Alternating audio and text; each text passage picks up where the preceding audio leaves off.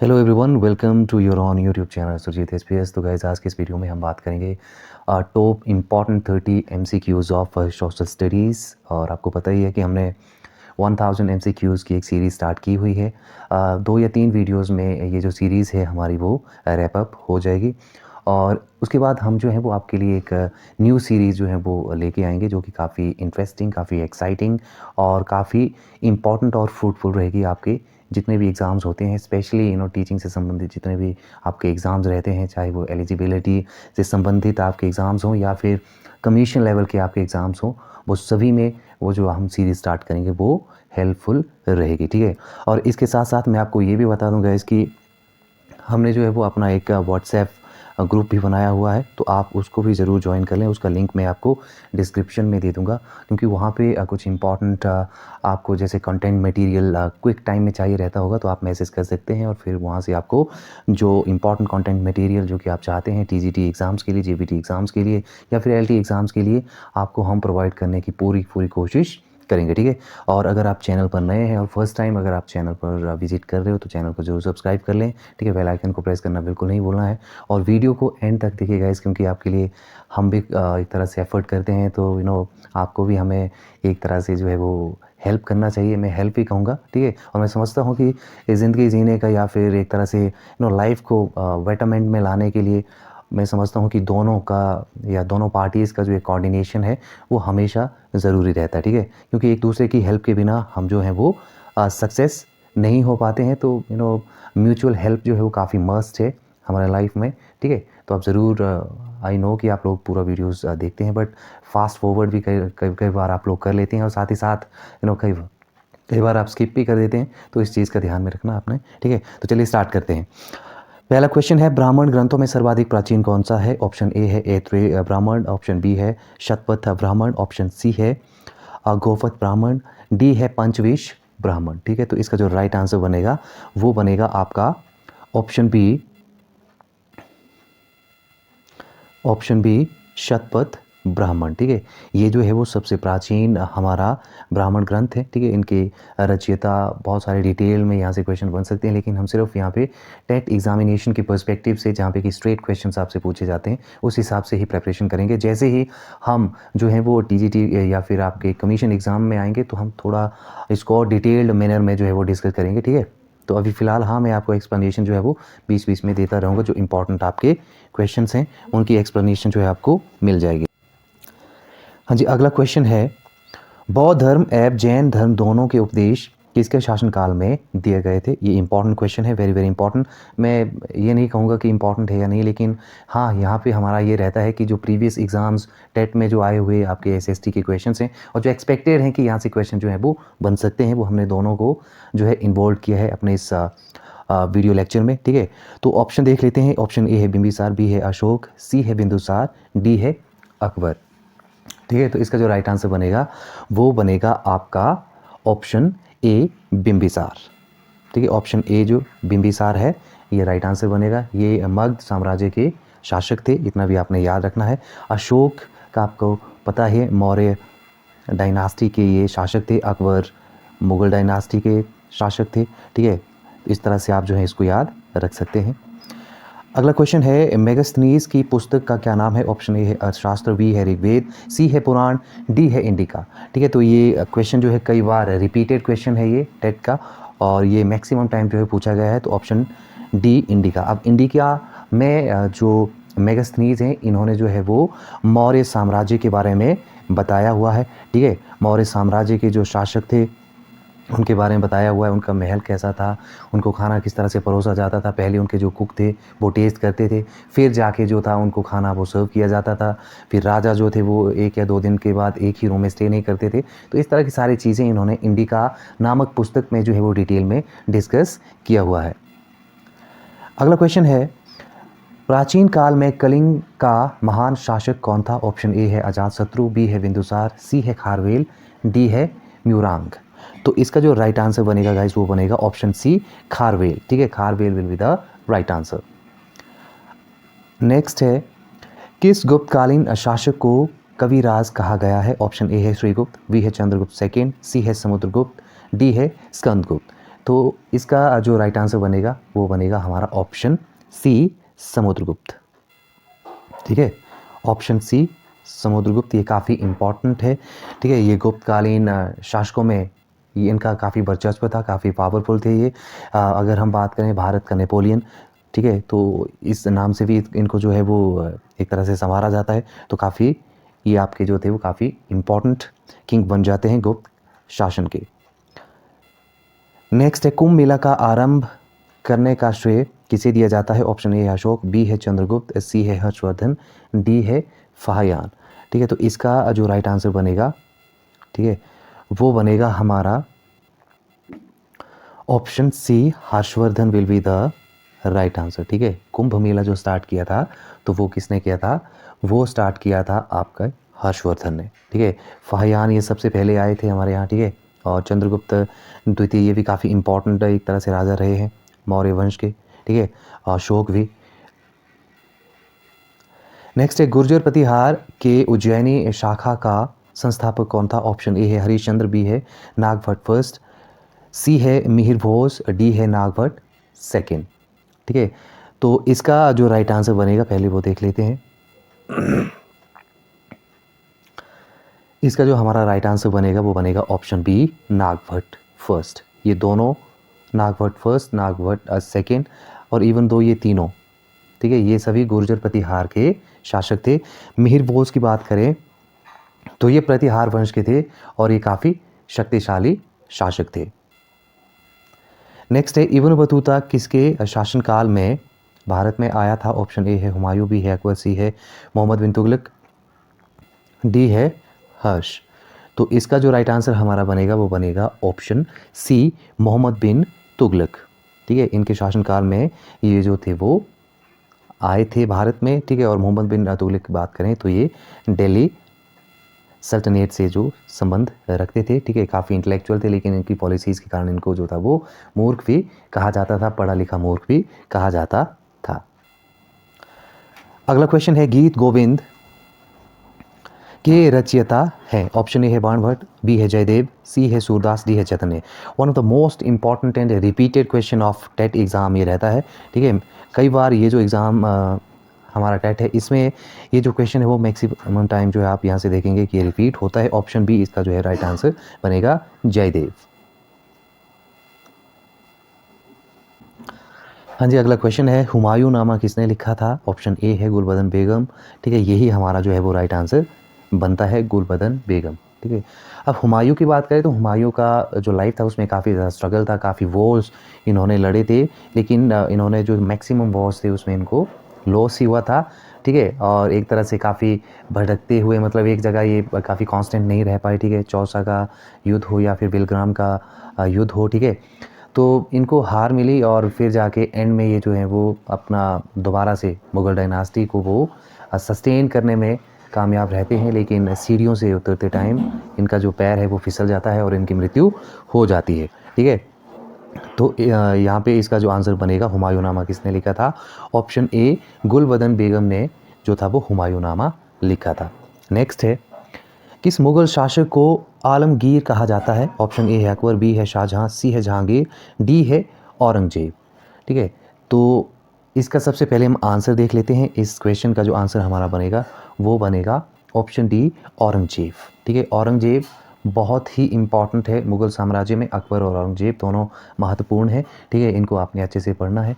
जब हम और एग्ज़ाम्स की प्रिपरेशन करेंगे, ठीक है, तो वहाँ पे हम इन सभी जितने भी मुग़ल डायनास्टीज़ के इंपॉर्टेंट किंग्स हैं इनके बारे में डिटेल में पढ़ेंगे। ठीक है, फिलहाल औरंगजेब की यदि हम बात करें तो इनको जो था वो जिंदा पीर के नाम से भी कहा जाता था। ठीक है, आलमगीर के नाम से भी इनको जाना जाता था, और इन्होंने 1658 टू 1707 तक जो था वो शासन किया था, और ये अंतिम एक स्ट्रॉन्ग राजा आप मान सकते हैं मुग़ल डायनास्टी के, जिन्होंने कि अपना रूलिंग जो था वो किया था। सबसे ज़्यादा मैक्सिमम नंबर ऑफ मनसबदाराज की हम बात करें तो वो भी औरंगजेब के समय में ही थे। मनसबदार प्रथा की स्टार्टिंग किसने की, ये भी क्वेश्चन पूछा जाता है, तो वो अकबर ने की। और यहाँ पर यदि हम अकबर की बात करें तो अकबर ने 1556 टू 1605 जो था वो रूल किया था। ठीक है। अकबर ने बहुत सारे काम किए थे। आप सती प्रथा को देख सकते हैं, आप दास प्रथा को देख सकते हैं, आप जो है वो विभिन्न धर्मों को रिस्पेक्ट करने की बात की जाए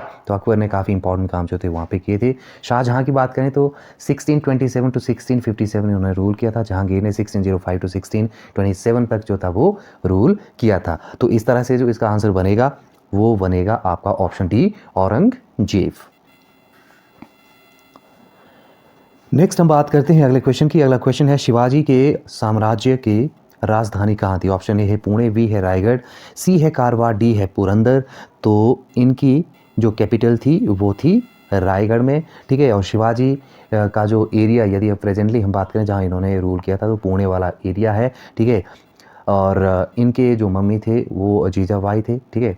और अब यहाँ पे होता ये है कि पुरंदर की संधि जो जय सिंह के साथ शिवाजी करते हैं तो वहाँ पे भी उसके बाद भी इनके बीच में जो है कॉन्फ्लिक्ट जारी रहते हैं। फिर शिवाजी को बंदी बना लिया जाता है, फिर वो वहाँ से भागते हैं। तो काफ़ी अच्छी स्टोरी जो है यहाँ से वो फ्रेम होती है, ठीक है। और शाहजी भोंसले, ठीक है, शाहजी भोंसले की यदि हम बात करें तो ये इनके फादर थे, पिता थे, ठीक है। इतना आपने ध्यान में रखना है। और इसके बाद यदि हम बात करें शिवाजी के उत्तराधिकारी की, इनके जो पुत्र थे वो थे शुंबा जी, ये इनके उत्तराधिकारी बनते हैं, ठीक है। इतना आप लोगों ने याद रखना है, ठीक है। अब शिवाजी की यदि हम बात करें तो चौथ और सरदेश मुखी नामक जो दो नए कर थे वो शिवाजी ने ही इंट्रोड्यूस किए थे, ठीक है। तो ये सब आपने जो है वो अच्छे से ध्यान में रखना है। और इनकी मृत्यु की बात करें तो 1680 में ये जो थे वो मर गए थे। हाँ जी, नेक्स्ट क्वेश्चन है किस अधिनियम के तहत वारेन हेस्टिंग्स बंगाल के प्रथम गवर्नर जनरल बनाए गए? तो ऑप्शन ए है 1773 रेगुलेटिंग एक्ट, ठीक है। ऑप्शन बी है 1793 चार्टर एक्ट। तो इसका जो राइट आंसर हम देख लेते हैं पहले, ये बनेगा ऑप्शन ए 1773 रेगुलेटिंग एक्ट। जैसा कि इसका नाम है रेगुलेटिंग मतलब कि रेगुलेट करना, ठीक है। अब ईस्ट इंडिया कंपनी पे एक तरह से चेक जो था वो लगाया गया था और बंगाल का जो गवर्नर था अब उसको बंगाल का गवर्नर जनरल जो था वो बनाया गया था। और वारेन हेस्टिंग्स जो थे वो पहले बंगाल के गवर्नर जनरल बनाए जाते हैं, ठीक है। अब नेक्स्ट यदि हम बात करें चार्टर एक्ट 1813 की, तो 1813 में जो ये चार्टर एक्ट बना था उसमें जो ईस्ट इंडिया के जो एक तरह से व्यापारिक अधिकार थे उनको समाप्त किया गया था, ठीक है। उनकी जो मोनोपोली थी, ठीक है, व्यापार पे उनको रैप अप या उनको फिनिश या एबॉलिश किया गया था इस एक्ट के द्वारा। उसके बाद पिट्स इंडिया एक्ट है 1784 में ये जो बनाया गया था, ठीक है। इस एक्ट के द्वारा ये होता है कि जो रेगुलेटिंग एक्ट के आपके जितने भी एक तरह से डिफॉल्ट्स थे उनको जो था वो रिफॉर्म्ड किया गया था, ठीक है। और 1793 जो चार्टर एक्ट है इसकी बात करें तो इसमें जो था वो आपका एक तरह से दोहरी शासन प्रणाली, ठीक है, या फिर आप कह सकते हैं कि किस तरह से सेंटर और प्रोविंसेस में जो पावर का एक तरह से उसको डिस्ट्रीब्यूट करना था उसके बारे में बात की गई थी, ठीक है। नेक्स्ट हम बात करते हैं निर्माता किंग मेकर के रूप में किन्हें जाना जाता है, ठीक है। बहुत इंपॉर्टेंट क्वेश्चन है। इसका जो राइट आंसर हमारा बनेगा वो बनेगा हमारा ऑप्शन डी, सैयद बंधु को जो है वो किंग मेकर के रूप में भी जाना जाता है। इतना आपने याद रखना है। अगला क्वेश्चन है नील कृषकों की दुर्दशा पर लिखी गई पुस्तक नील दर्पण के लेखक कौन थे? वेरी वेरी इंपॉर्टेंट है, ठीक है। तो इसका जो राइट आंसर हमारा बनेगा वो बनेगा दीन बंधु मित्र, ठीक है। इन्होंने जो एक तरह से नील की खेती बंगाल में करवाई जा रही थी उनके एक तरह से रेवोल्यूशन के तौर पे उन्होंने ये जो पुस्तक थी वो लिखी थी, ठीक है। और ये जो पुस्तक थी वो 1860 में ढाका में लिखी गई थी। इतना भी आप याद रखें। अगला क्वेश्चन है संवाद कौमुदी पत्र के संपादक थे। ऑप्शन ए है राजा राम मोहन राय, बी है ईश्वर चंद्र विद्यासागर, सी है रविंद्रनाथ टैगोर, डी है बंकिम चंद्र चटर्जी, ठीक है। तो इसका जो राइट आंसर हमारा यहाँ से बनेगा वो बनेगा ऑप्शन ए राजा राम मोहन राय, ठीक है। बहुत बड़े विद्वान थे राजा राम मोहन राय, बहुत सारी लैंग्वेजेस को ये जानते थे, वेस्टर्न थॉट को इंडिया में लेके आए थे, एक तरह से introduction of western thought in India इन्होंने किया था थ्रू उनके एडिटोरियल के थ्रू इन्होंने ये चीज़ें की थी। ईश्वर चंद्र विद्यासागर की बात करें तो इन्होंने भी बहुत सारे काम किए थे, एक तरह से जो फीमेल एजुकेशन है उनको लेके, ठीक है, बहुत सारे काम इन्होंने किए हैं, ठीक है। और इसके अलावा यदि हम बात करें, इन्होंने जो एक पत्र का संपादक किया था तो वो था सोम प्रकाश, ठीक है, ये आप याद रखें, सोम प्रकाश। इनका जो संपादन किया था वो ईश्वर चंद्र विद्यासागर ने ही किया था। बंकिम चंद्र चटर्जी की बात करें तो इन्होंने आनंद मठ लिखा था। और रविंद्रनाथ टैगोर की बात करें तो इनकी मोस्ट फेमस गीतांजलि के लिए इनको जाना जाता है। तो इस तरह से आप ये याद रखेंगे। अगला है महारानी विक्टोरिया। महारानी विक्टोरिया ने भारतीय प्रशासन को ब्रिटिश ताज के नियंत्रण में लेने की घोषणा कब की थी? वेरी वेरी इंपॉर्टेंट है ये भी, ठीक है। तो इसका जो राइट आंसर बनेगा हमारा 1 नवंबर 1858 में जो ईस्ट इंडिया कंपनी थी उसका जो एक कह सकते हैं कि ऑफिशियल जो उनका कार्यकाल था या ऑफिशियल उनकी जो पावर्स थी वो ओवरटेक कर ली गई थी, ठीक है, ठीक है। किसके द्वारा? इंग्लैंड के क्राउन के द्वारा। इस तरह से आप इसको याद रख लें। नेक्स्ट है हर्मिट ऑफ शिमला किसे कहा जाता है? कई बार ये भी क्वेश्चन जो है वो आया है। तो इसका जो राइट आंसर हमारा बनेगा A.O. ह्यूम ने। और ये भी रखना है याद आपने कि जो कांग्रेस की स्थापना की थी तो वो A.O. ह्यूम ने ही की थी। नेक्स्ट है महात्मा गांधी की हत्या कब हुई? तो स्ट्रेट सा क्वेश्चन है, इसका जो आंसर बनेगा वो बनेगा ऑप्शन बी 30 जनवरी 1948 को। अगला है मुसलमानों के लिए अतिरिक्त निर्वाचक मंडल प्रारंभ में किसके द्वारा लाया गया था? ऑप्शन ए है क्रिप्स मिशन 1942, ऑप्शन बी है मार्ले मिंटो सुधार 1909, ठीक है। तो इसका जो राइट आंसर बनेगा गाइस वो बनेगा ऑप्शन वी 1909, जिसको कि मार्ले मिंटो सुधार के नाम से भी जाना जाता है, ठीक है। तो इसमें यदि हम बात करें तो जो मिंटो थे ये वाइसराय थे और मार्ले जो थे वो इंग्लैंड में भारत के सचिव थे, ठीक है। और इसके अलावा यदि हम बात करें मॉन्टेग्यू चेम्सफोर्ड सुधार के बारे में, तो इन्होंने क्या बात की थी? इन्होंने द्विसदनात्मक विधायिका की जो एक तरह से रिकमेंडेशन थी वो दी थी। और भारत सरकार अधिनियम 1935 की बात करें तो इसको जो है वो मिनी कॉन्स्टिट्यूशन भी कहा जाता है, ब्लूप्रिंट ऑफ इंडियन कॉन्स्टिट्यूशन भी कहा जाता है, क्योंकि 70 to 80% जो आज हम अपना कॉन्स्टिट्यूशन देखते हैं वो यहीं से इंस्पायर्ड है, यहीं से प्रेरित है, ठीक है, भारत सरकार अधिनियम 1935 से। अगले क्वेश्चन की बात करते हैं। पृथ्वी के उसके काल्पनिक अक्ष पर घूमने को क्या कहते हैं? परिभ्रमण, कक्षा, घूर्णन या इनमें से कोई भी नहीं, ठीक है। तो इसका जो राइट आंसर हमारा बनेगा वो बनेगा आपका ऑप्शन सी, इट इज़ घूर्णन, ठीक है। अब जब अपने एक्सिस पे ये एक तरह से घूमती है तो इसको घूर्णन कहते हैं, और जब ये सन की परिक्रमा करती है तो इसको हम परिभ्रमण कह देते हैं, ठीक है। तो घूर्णन और परिभ्रमण में आपने कंफ्यूज नहीं होना है, वहाँ से ये देख लेना है। एक प्रश्न हमसे छूट गया है 111th, इसका समझ लेते हैं।